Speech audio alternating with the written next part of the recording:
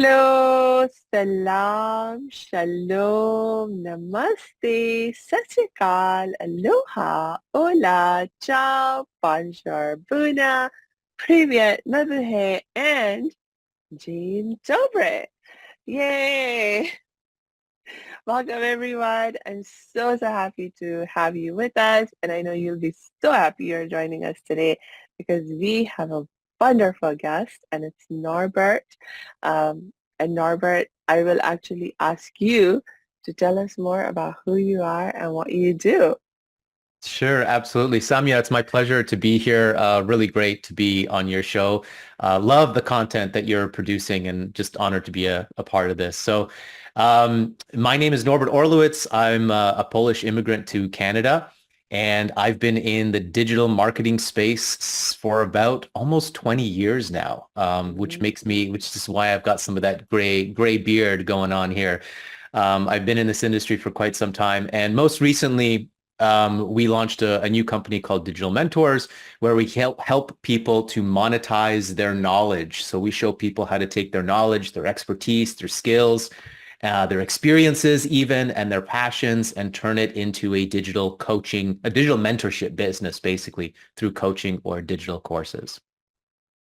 I love it. I love it. You're speaking to the right audience. A lot of our change makers, our fellow coaches and trainers and healers.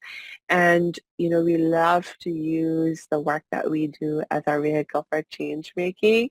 And so whenever we can learn from people like you on how to make that more fun and easy, it's awesome. Yes, fun and easy is the name of the game, which is a challenge in business because let's face it, business can be challenging, but we can definitely make it more complicated than it needs to be. So I love this angle that you have with fun and easy. My angle and my perspective is simplicity and focus. So I think those two Yes. work really well together. Mm. Yes, I must say simplicity. It's like one of my favorite things. It's something that I've really come to appreciate um, at a how to live life level, and as also the sort of grounding philosophy when we're thinking about how to make change fun and easy because um, I first came to realize it in the context of my personal growth journey that a lot of times what I was finding to be very difficult and hard in creating personal change, in achieving the happiness that I desired, I realized it was because I had made things way too complicated.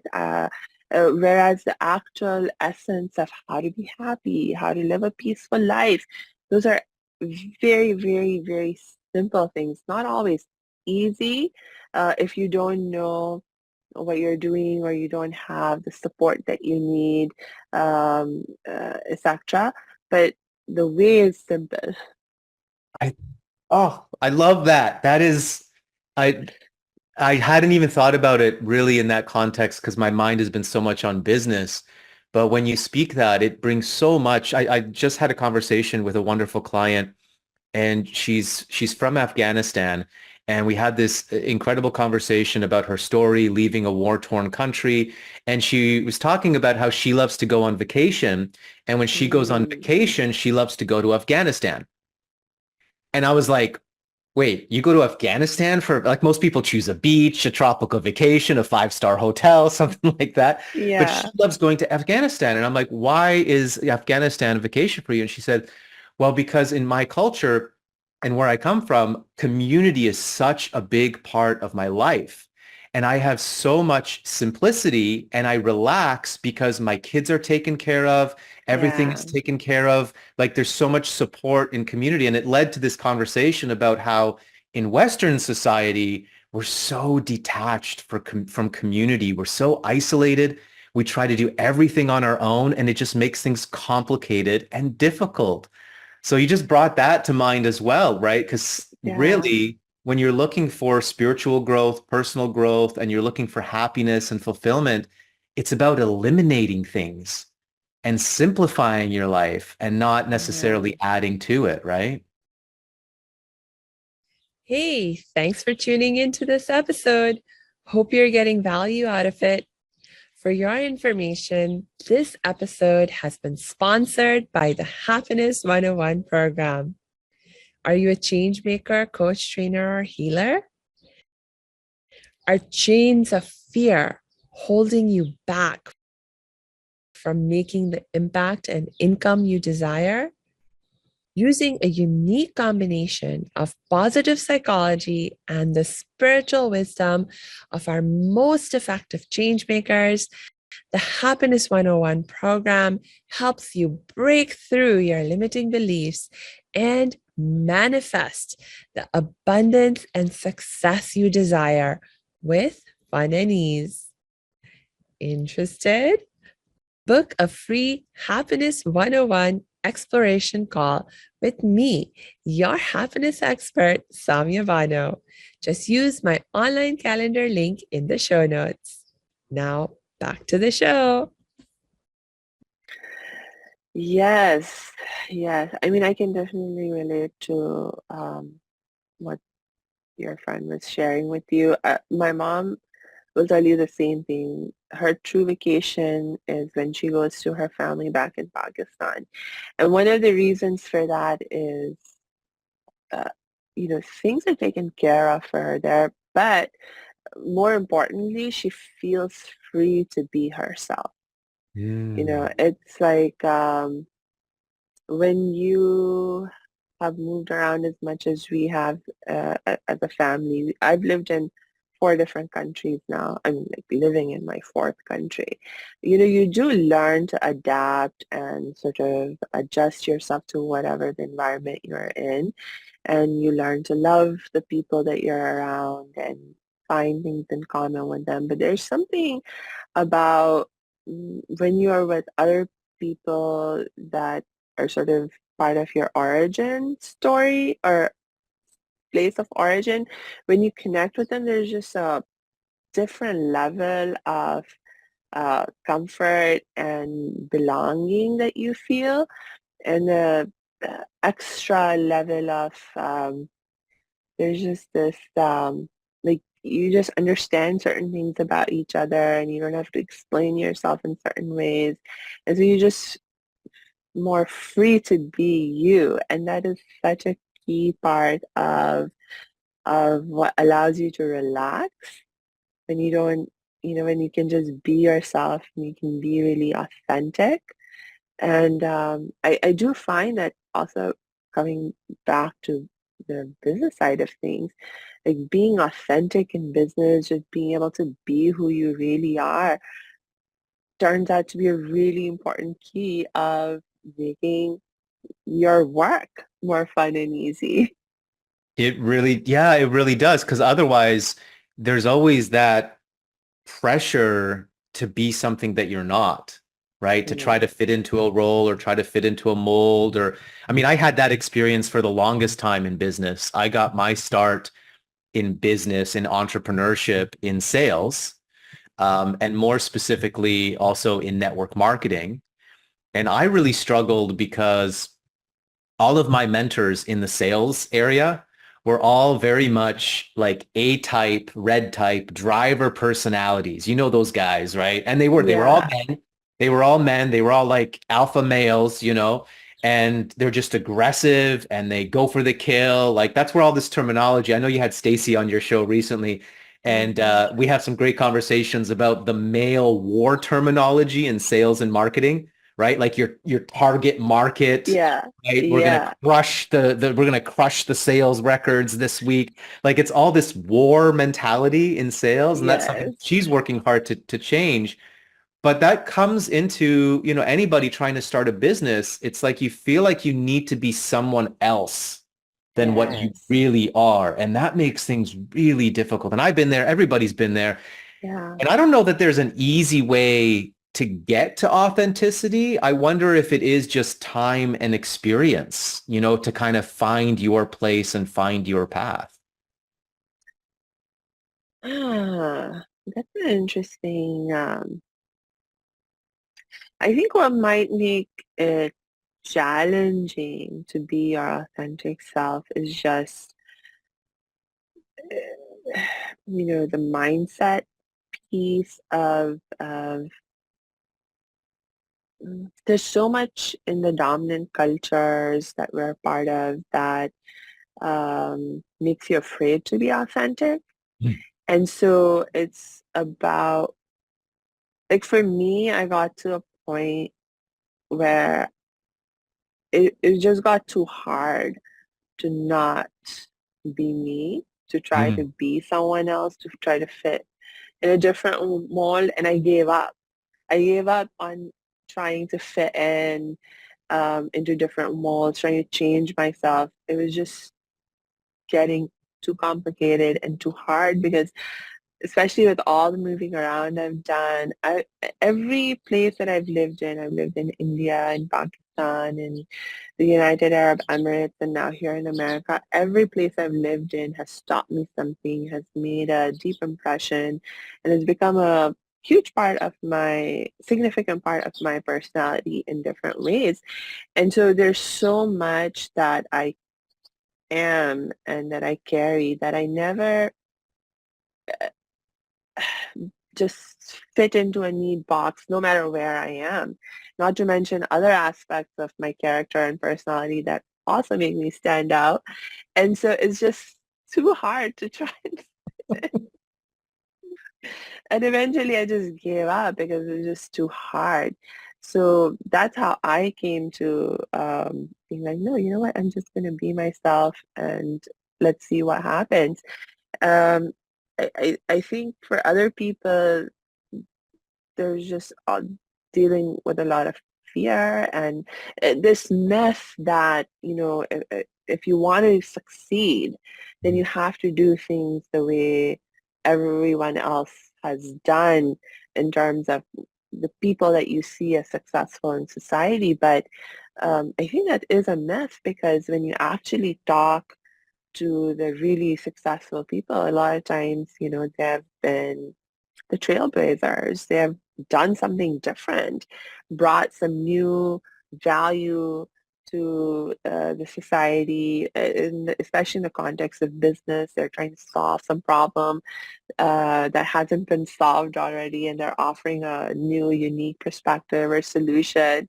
And so you just end up being different and unique, and that is part of what actually helps you stand out also and make you more successful. So I think it's such a myth that you have to box, go into some kind of a box to find your success.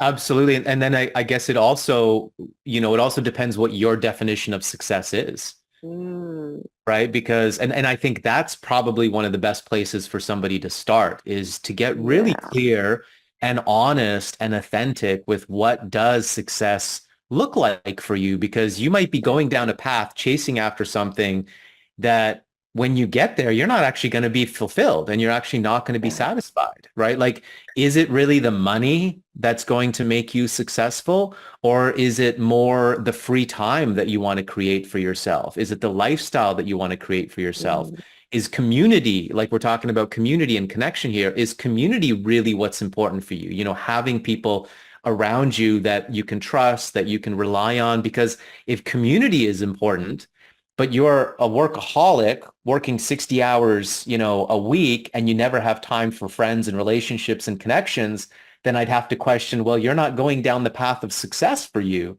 because you're not going to get the success that you truly want, which is community and belonging and connection, right? So I think that's a really important yeah. step for everyone to start with is what is my definition of success? Mm. Right. And I mean, again, for that, you have to tap into your authenticity, know yourself, your own values, be willing to be different. Because, uh, for a lot of people, the very definition of success, you haven't come up with your own. You just take on what you're taught. And it's like actually the number one issue that I come across as a happiness expert also is that people are chasing happiness and they're doing it with ideas and understanding that it's not like something that's come up from within. It's not based on what their um, heart desires. It's based on what they have been told about how to achieve happiness and what makes you happy, you know? So, Yeah, yeah. absolutely. And that's something that, going back to the business conversation, that's something that we really look at with our clients as well. Because in this space, in the digital marketing space or the coaching space, there's definitely a lot of gurus and trainers and experts out there that teach their systems, right? This Yeah. is my system that I used to make 100K a month or whatever, right? We've seen all the ads and stuff like that. Yeah. And that's cool that you have a system and that it's worked for you. But one of the challenges that I found in working with entrepreneurs for 15 years now in this space is that just because a system worked for somebody doesn't mean that you should follow it. Mm-hmm. Because if it's not in alignment with your personality, with your gifts, with your talents, with your strengths, you're going to struggle and you're going to have challenge. And I mean, I discovered Yeah. that early on when I was trying to follow these sales guys and I was trying to do what they told me to do to make sales, and it didn't work for me. I struggled for 6 years Mm-hmm. trying to build a six-figure income in sales. And I had a couple of good years here or there, but it wasn't until I got into marketing and I started to learn about positioning yourself online and branding online and creating content online and focusing more on building the connection and building the trust and Mm. building the relationship before I got into a sales call, right? When I focused on that, then all of a sudden Yes. I had success, and it was almost instantaneous as soon as I made the shift and I focused on the things that I was actually good at. Yeah. So one of this is reminding me, uh, when you work with your people, some of the strategies or ways in which you teach people to make connection, and sort of engage in marketing, like focusing on live events, virtual workshops, challenges, things like that. And you talk about, figuring out which is the best model for you, like whoever is listening, to use. Uh, so sounds like that's part of what you're referring to here, maybe finding the right strategy for you, finding the right model for you. Yeah, absolutely. Absolutely. There's some strategies that are more heavily focused on the sales and the Mm, conversions, right? mm, So, you can have a very simple strategy. If you're strong in sales, if you're strong in communication, then you probably don't need to build very complex funnels. You don't need to have complicated automations, especially when you're starting out, right? Just get mm. into conversations. I always like to ask the question, what is the simplest, quickest, easiest, most efficient way to accomplish my goal? Right? Yeah. So when you're putting together your business processes, think very simply, why am I doing this? What do I want to get out of this? Like, what's the purpose of doing this? So if your purpose is to get on a Zoom, like a one-on-one call, so you can sell a coaching client, right? Then ask yourself, what is the simplest, quickest, easiest, cheapest method to get a booked call? Okay. Yeah. And it's probably not a complicated webinar funnel, right? And we know webinars are the secret to life because some guru said, webinars, I made $1 million with webinars. So now I need to have a webinar. No, you don't need to have a webinar because it's actually quite a complicated process. And Mm, you could probably accomplish the same goal quicker, easier, faster, cheaper if you just focused on getting on that Zoom call, getting and booking that call, right? You might not even need that webinar. So we have to be careful with some of these things that we learn online, YouTube videos that we watch or TikTok videos that we watch, and somebody's saying, this is what you have to do. You really have to, you got to look at it through the filter of, is this right for me? Is this right for me based on my personality and my strengths? And mhm. is this right for me based on my current business right now? Aha. Right? Yes. Those are two very important questions to consider. Yes. Tell me more. Tell me more, because this is a really critical insight. Uh, uh, so we talked a little bit about the personality side, making sure it's aligning your personality. And I love the example that you gave of how you yourself shifted from that sales focus to the marketing focus in the ways that you did. But when it comes to what your business is like right now, can you give me an example of how do you um, take a strategy like, let's say, webinars, and look at where you are in your business and when would it be a good match versus when it wouldn't? Okay. We can get a little bit into the weeds here. And the first thing that I would talk about is understanding the numbers. So in one of our, I don't have it on me right now. We're not going to share screen or anything like that. But in a workshop that we do, I've got a chart that basically outlines the 3 different ways that you can convert a lead into a sale. So there's really only 3 ways, and I call this your conversion mechanism. Okay.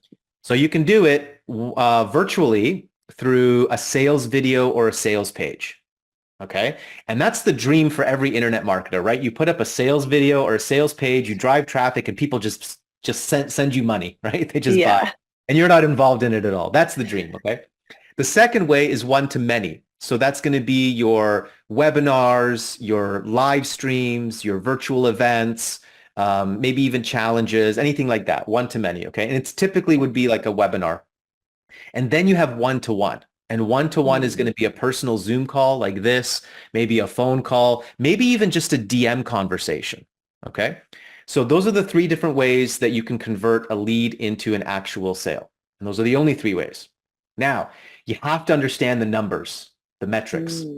Okay. So sales video, sales page will convert at about 1 to 10% max.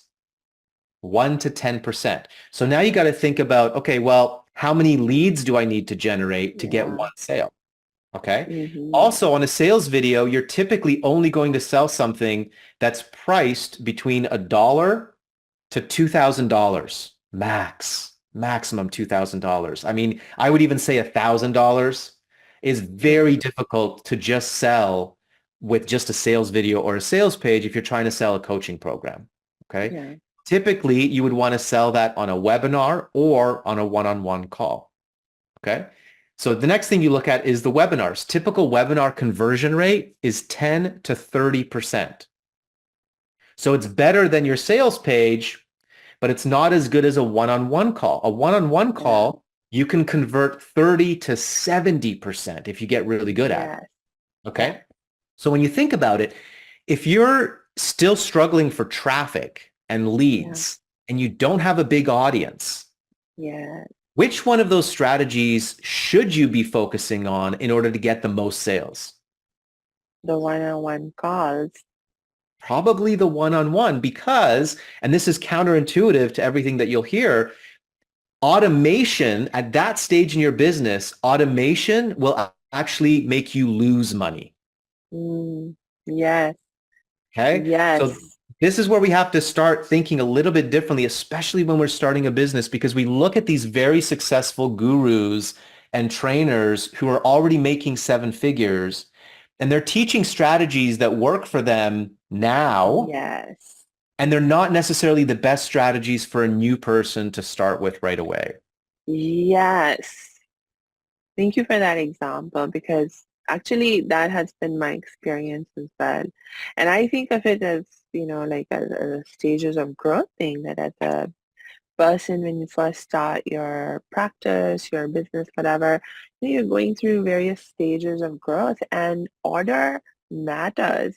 I think this was one of the most important lessons that I learned from one of my mentors, is that, there are different things you're going to want to do over the life of your business, but the order in which you do things matters, because there are certain things that at the very starting stage, if you invest a lot in automation and technology, it's just too soon. It's not the right time. Yeah, absolutely. I love that you said that. Order matters. That is so true in business. And this is where coaches and mentors, I think, are really valuable, because as if you don't have a lot of experience, especially in digital marketing or in starting or running a business, you're going to flounder around. And I mean, yes, you can get information from YouTube and TikTok, sure. But information is pretty useless if you don't have the guidance of, like you said, what order to do it in, right? Or how much focus to Yes. put into something. Or just what I just shared Yeah. here, understanding the basic conversion numbers of those three strategies. Most people are like, oh yeah, Russell Brunson told me I need a funnel, so let me build a sales page. But they haven't even considered how many leads they're going to now need to send to that sales page to make that sale, That's right. right? That's right. That's right. That's the number one trouble that myself and so many other coaches, trainers, healers, when we were in our struggling stages, we ran into is that, um, it was like, so for example, one of the things that I kept hearing, this was back in like 2012 when I was starting out. And, social media at that time was getting big and all of that. And it was like, okay, you have to create content, lots of content, new content all the time, because if you're not generating lots of content, then how are you going to keep your audience engaged? And like for me, I'll be honest, I'm great at creating content. I have so many things to share, ideas. I love creating lesson plans. I'll create entire courses. That's part of my strengths and, my skill set. I'm great at not just learning things myself, but also at teaching people and figuring out how to teach people in terms of creating bite-sized lessons, etc., etc. So I love creating content, and I was like, okay, creating lots and lots of content, but where are the eyeballs Mm. watching that content? Where are the ears listening to that content? Where are the butts and the seats? For when I want to do a webinar or a workshop, it's like crickets, for a long time. Like that was the big challenge. And then I realized, oh, I mean, here is a clear imbalance, and so and it wasn't just me. There were so many other of my friends who were, in a similar position where we spent so much time worrying about content, creating content, but no audience, or very small audience. And so with the very small audience, you just cannot achieve those kinds of results that, you know, we were being shown the dreams of, in terms of, okay, you produce all this content and then, you'll just get all these sales and things. There's just not enough eyeballs. Yeah. And there's got to be a strategy to the content. I think Mm, that's the key yeah. because I've seen that a lot too. People being told to just create content, create content, create content, Yes. and they're creating content and it's not really Yes. working. Well, you got to ask yourself, why am I, again, going back to purpose. Everything you do in your Mm, business, you need to be clear on the purpose. You need to be clear on why are you doing this thing in your business. yes. If you're just doing it because somebody told you, right? You need content. Okay, I'll make content. No, but why? Why are you creating this piece of content? Is it to Yes. gain new followers? Is it to get a lead? Or is it to enroll a new client? Because there's different Mm, types of content that you would create to accomplish each of those different purposes, right?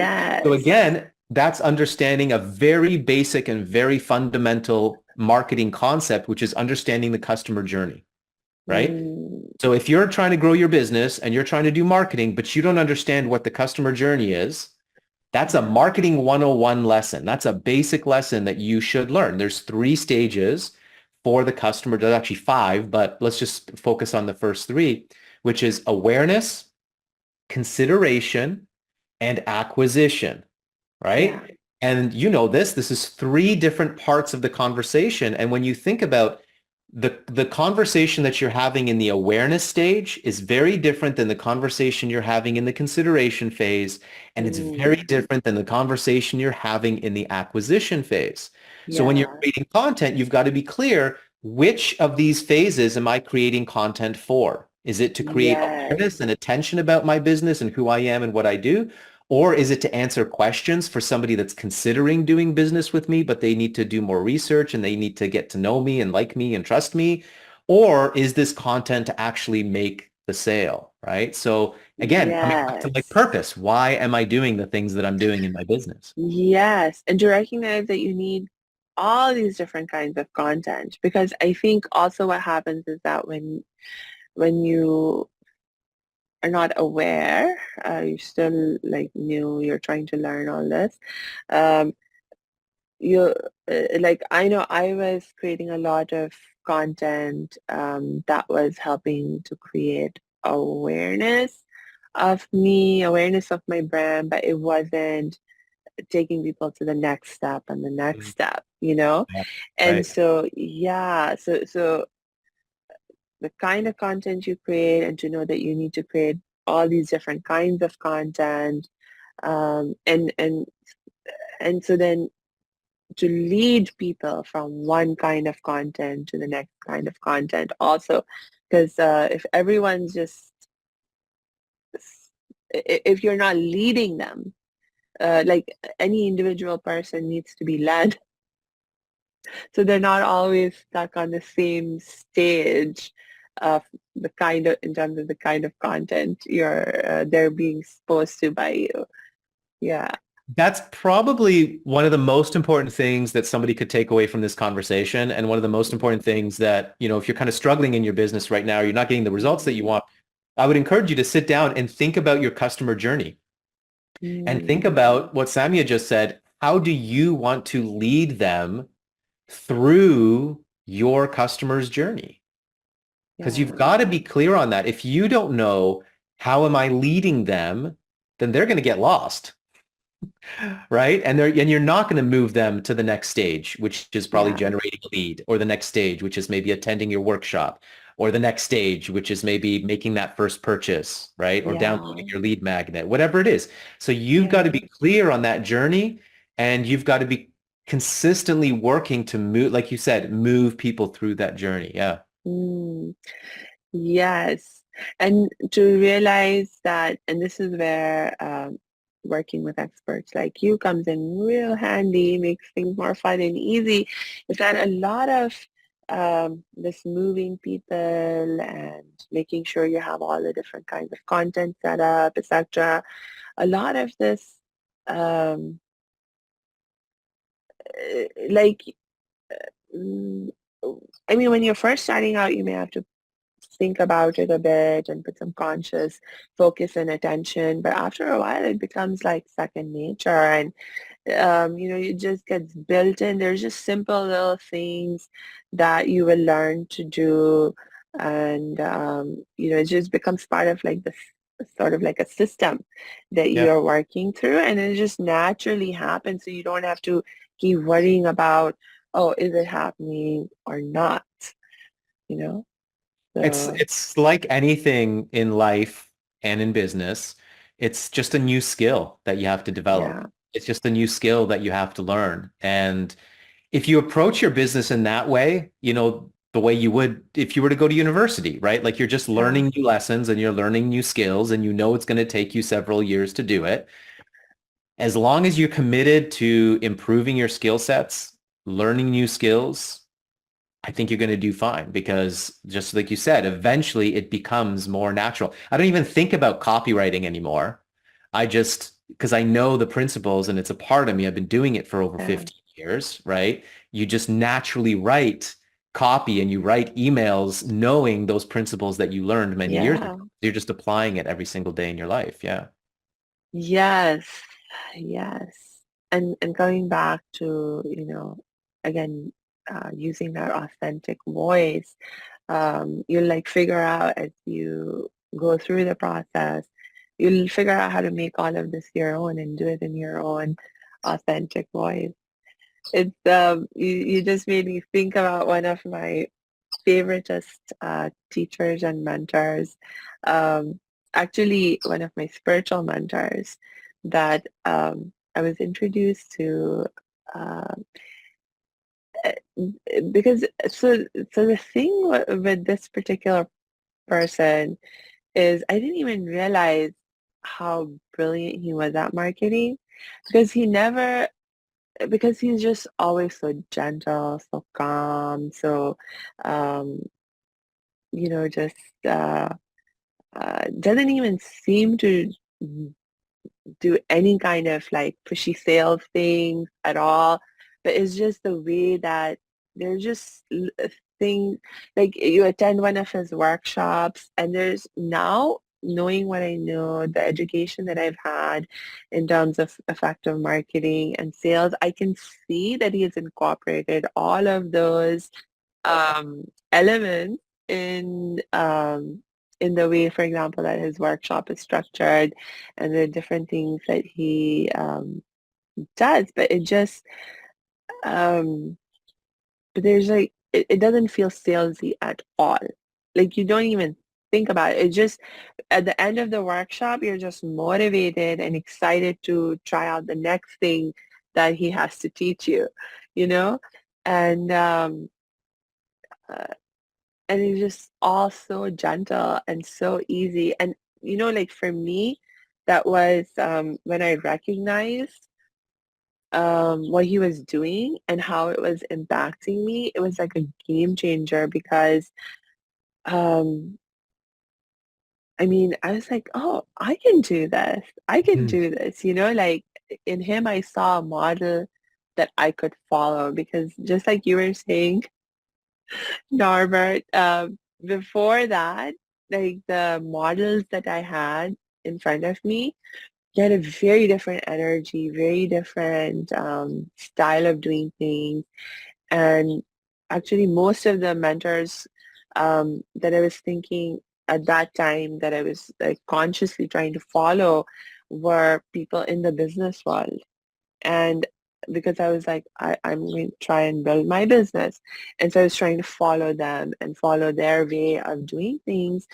And I was struggling with that from like my energy wasn't matching. Like I remember very clearly, I had signed up with a mentor who was teaching me how to um, create an online webinar for me.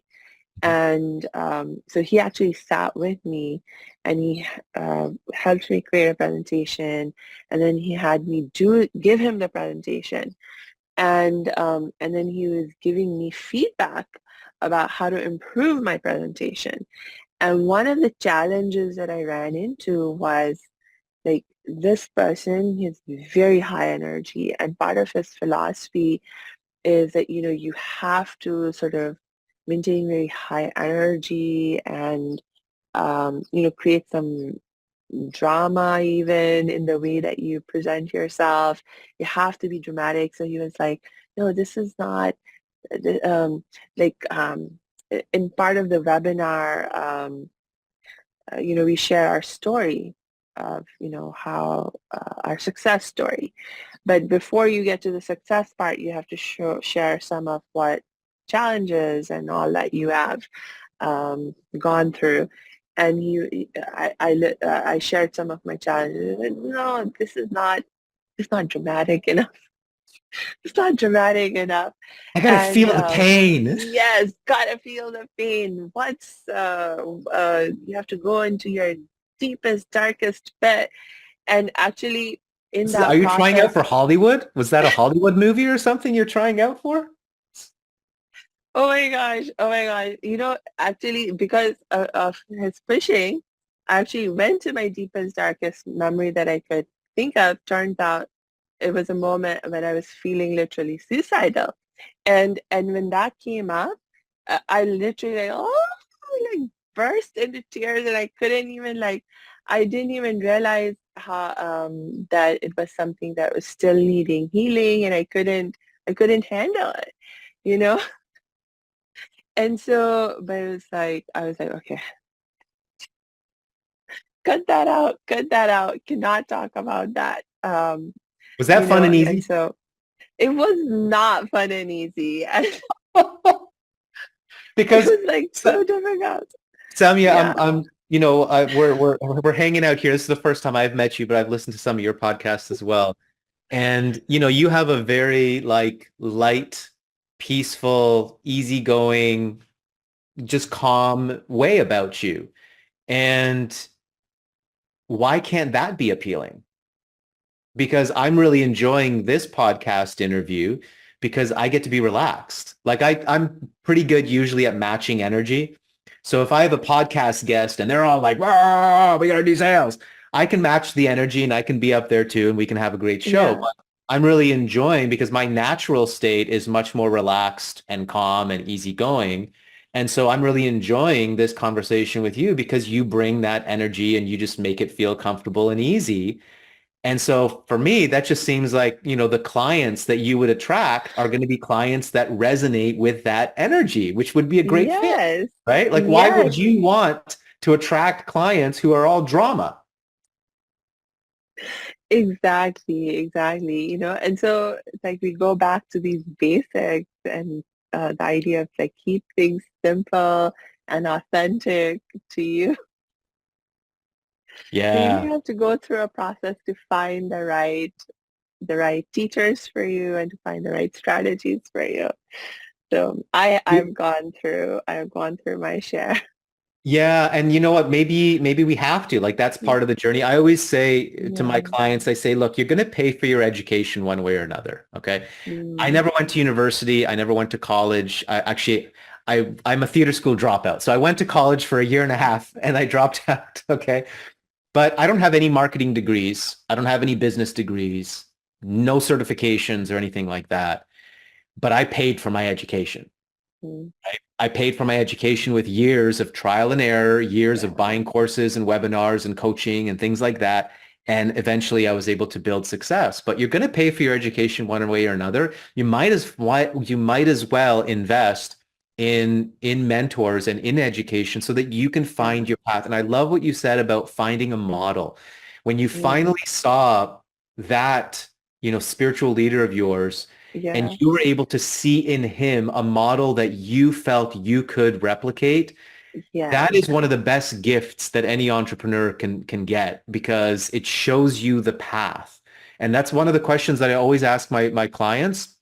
In our first session, I ask them, who do you want to model? Do you have a role model Mm. in business that you want to at least model? I'm not saying copy them, like you want to build a Yeah. business just like them, but somebody that you look up to and you're like, you know what? I want a business like that, or I want to be Yeah. like that person. Because then it gives you a path. It gives you some Yes. direction instead of being like, which way do I go? Right. I think it's so important to have that.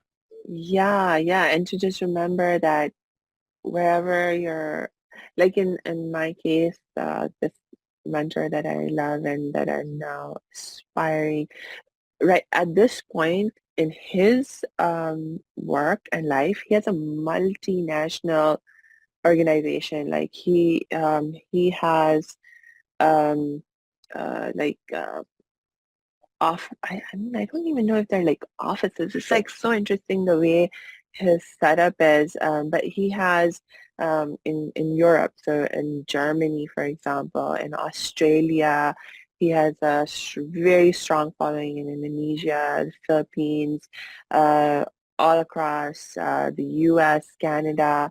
And so at this point, he's like I'm really curious who this international. is.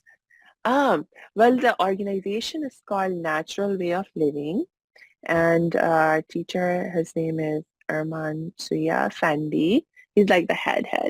But Yeah. that's not how I initially. I didn't even know Arman Suya Fendi until like I was already into the organization and doing workshops with them with other teachers that he has trained.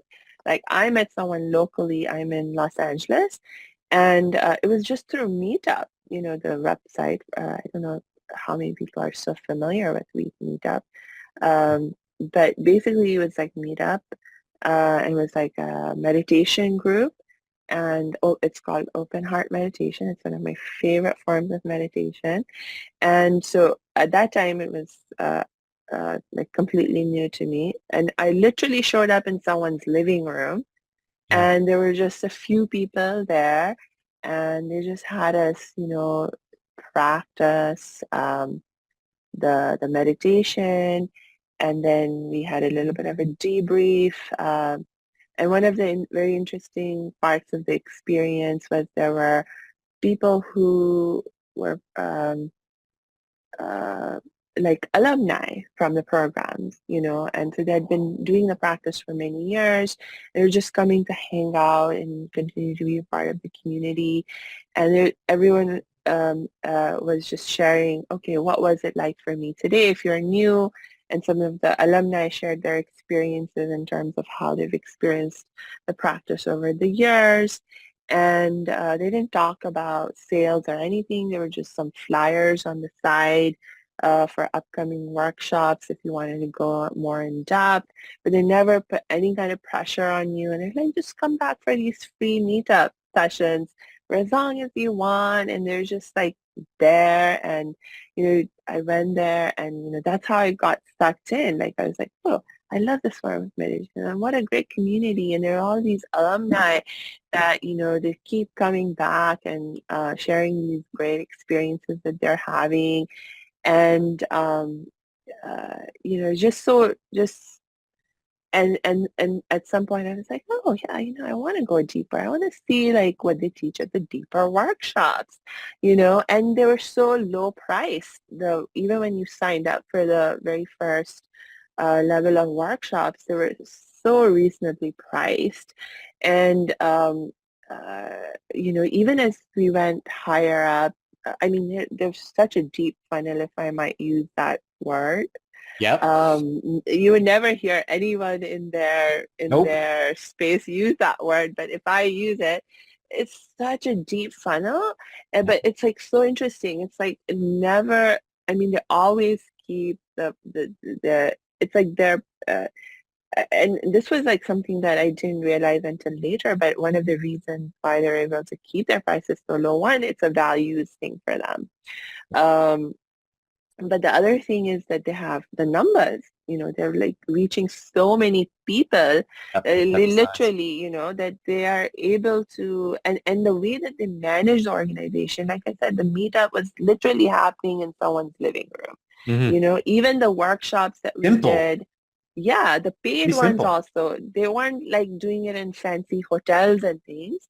They were just community halls or, organizations that they had connections with. As I got more involved in the organization, I heard some conversations about, they're just checking in with their alumni about who has access to some community room or space where they could do workshops, ideally.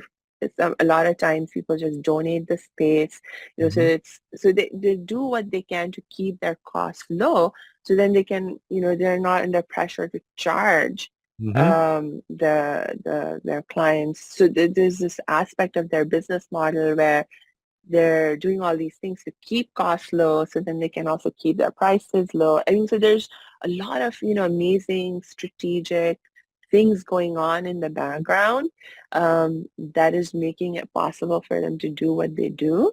And even in context of like sales, marketing, just like having all those alumni there sharing their experiences. Wow, that's like such amazing. Like any business would die for those kinds of, like testimonials and that kind of free publicity.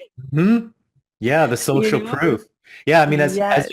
as you describe that business, I'm just picking apart all the little Yeah. marketing concepts there. Like, oh Yes. yeah, oh yeah, oh yeah, there's the free value, there's that, there's Yep. that. Yep. Yep. All these things that we understand. But what Yeah. I would be very curious about, if I had a chance to interview him, I would want to know, Yeah. how did you start out? Right? What did it look like at the Yes. beginning? How did you get your first few Yes. clients? Because I'm sure it wasn't as complex as it is today. And so Yes. that goes back to what I said earlier. It's like, Yes. you have to be careful. You look at a business like that Yes. and you say, wow, yeah, they do all this stuff. They give away so much free value. Yeah. I'm going to do exactly what he's doing. And it's like, whoa, Not hold on. yet. Not yet. Maybe not Yes. yet. Because I'd be curious to know, Exactly. how did he Yes. start? That would be an interesting Yes. lesson. Yeah. Exactly. And that's exactly why I said that's what I'm aspiring to now myself, because I realized um, that I'm not there yet in terms of like, I cannot afford to keep my prices that low, to be honest, because Right. I cannot break even. Like if I was to charge what he charges now, like he does that, he'll do like 2-day workshops, like full days, and very, very rich, very, very deep content, like life-changing experiences, couple of $100. Mm. Yeah. There's no way I can even begin to cover my costs Without the where I'm volume. at without the volume, you know? Without the volume. Yeah. And so, yeah, and and the networking, and it's like even how they're drawing people into their workshops now. So much of their marketing is just word of mouth. You Mm. know, the alumni.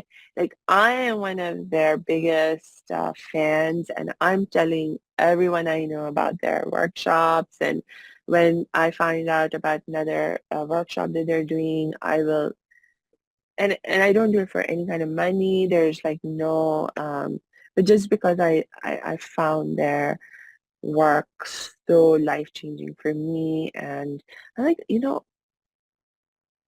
I don't need to reinvent wheels and learn how to teach some version of this myself. I actually send my clients, like I teach when I teach, but you know, I'm like, you also need to learn this and go to my teacher to learn it because he's already doing such a brilliant job at teaching it, you know. And so Yeah. it's people like me, and you know, that we are just literally doing free marketing. Yeah. I mean, if you, and this is the thing, if you provide Yeah, really good service, really good product, if you actually yeah, are an expert in what you do and you provide yeah, the good value, the idea would be that people would talk about it. yes, The idea yeah, would be that you would get referrals from it. So as long as yes, we focus on delivering the best that we can deliver, that should take care of yes, itself. Yeah. yes.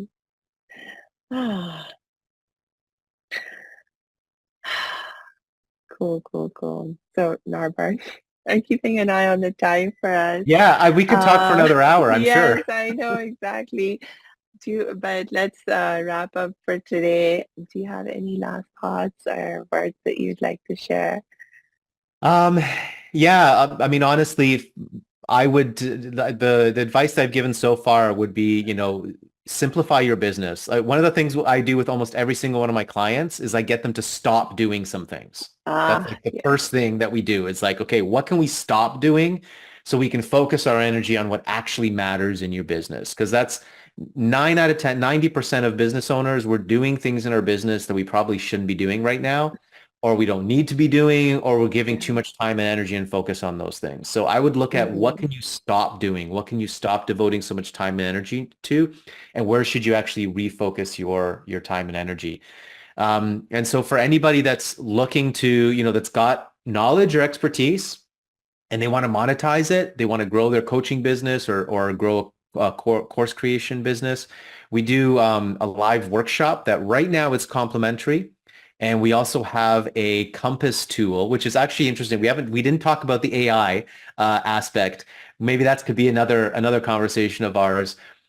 We use an AI tool. We developed it ourselves. It's called the Digital Mentors Compass, and it's a great tool to go through if you have some ideas about your business. And there's about 13 different questions. If you answer the Mm. questions and you actually take some time and energy to answer those questions, you're going to get a really awesome report at the other side of it. The AI looks at all of your answers and then it summarizes it all and puts it into a report and gives you some suggestions about the types of offers you could create, the types of social media content that you could post to, and the types of audiences that you would focus on. So it's a really cool tool for somebody to gain clarity on their digital mentorship business. Ah, I'd love to have you come back, talk more about that because wow, uh, AI is just blowing up, and it's just part of, you know, the nature of AI because it's growing faster and uh, than any other technology that we know, and it's being integrated into all our existing technologies at a faster rate than anything else that we have seen before. And it's just part of the nature of AI for that to be happening. And with that, I mean, there's this feeling of excitement, but also pressure to not get left behind. And so like this wanting to jump in, but at the same time, it's like there are some challenges, some downsides. You want to make sure you're using it in a smart way for you. So I would love to talk about all of that with you. And oh yes, I'm excited. Okay. Yeah. So for Yeah. now, I will just give my last reminder to our audience and remind you to please make sure you check the show notes because we will be dropping Norbert's links in there so you can connect with him and continue to learn with him. And until we connect next time, I just wish you lots and lots of peace and joy. Thank you, Samia.